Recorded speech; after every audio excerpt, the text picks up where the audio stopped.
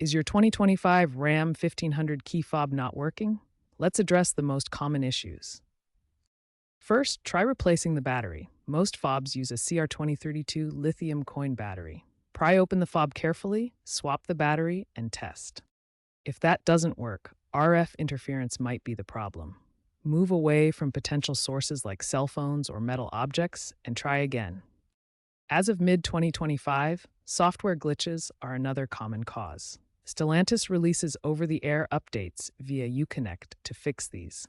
Check for available updates in your vehicle's settings. If basic fixes don't work, proceed to RF Hub Relearn and Prox Key Reset, which are more in-depth fixes. If basic fixes like battery replacement and interference elimination don't resolve the key fob issues, perform an RF Hub Relearn.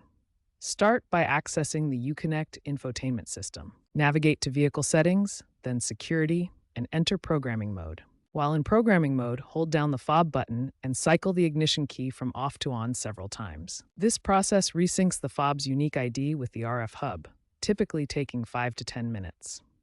For issues with passive entry or proximity unlocking, perform a Prox key reset.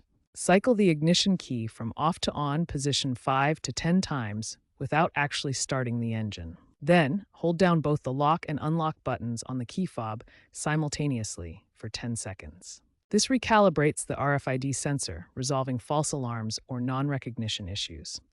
Remember, Stellantis recommends performing annual RF hub checks during routine vehicle maintenance to help prevent future lockouts.